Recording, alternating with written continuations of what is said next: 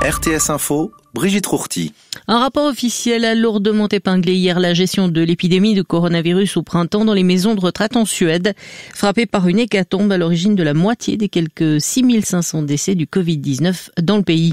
La Suède qui, depuis hier, multiplie les mesures pour faire face à la deuxième vague. Tous les événements destinés au public et nécessitant une autorisation de police, spectacles, manifestations, conférences ou compétitions sportives, voient leur jauge s'abaisser à 8 personnes.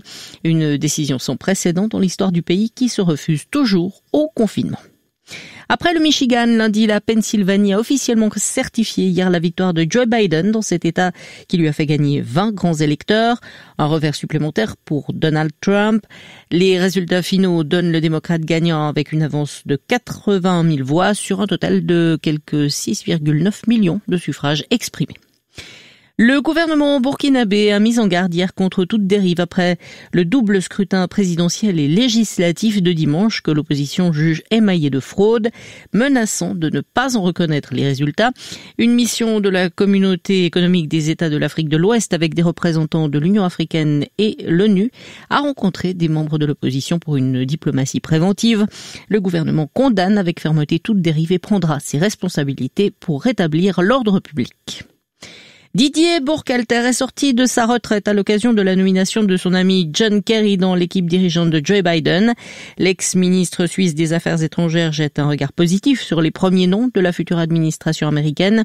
Il a fait part à la RTS de sa satisfaction quant au retour de son ami américain John Kerry, ex-secrétaire d'État de Barack Obama, à la Maison-Blanche dans le rôle d'émissaire spécial pour le climat que le président élu vient de lui confier.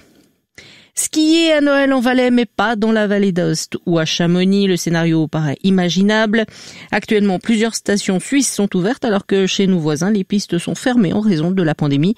Jusqu'ici, la Suisse, la France, l'Italie, l'Allemagne et l'Autriche n'ont pas réussi à s'entendre. Le ministre de la Santé, Alain Berset, aurait souhaité que les voisins se coordonnent avec des mesures communes pour éviter une distorsion de concurrence avec des fermetures d'un côté des Alpes et des ouvertures de l'autre, par exemple. Mais cet appel lancé cet été est resté vain. En football enfin, en Ligue des Champions, Chelsea, Séville, Barcelone et la Juventus sont les premiers qualifiés pour les huitièmes de finale. Chelsea a battu Rennes 2-1, Séville s'est imposé à Krasnodar 2-1, le FC Barcelone s'est défait de Dynamo Kiev 4-0 et victoire de la Juventus sur Ferencváros 2-1.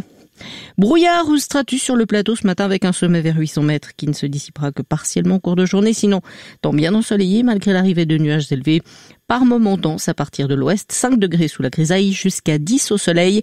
Même type de temps demain. Vendredi, ciel seulement en partie ensoleillé au nord des Alpes, bien ensoleillé dans les Alpes une bonne partie de la journée, puis augmentation de la couverture nuageuse en fin de journée, 6 à 10 degrés.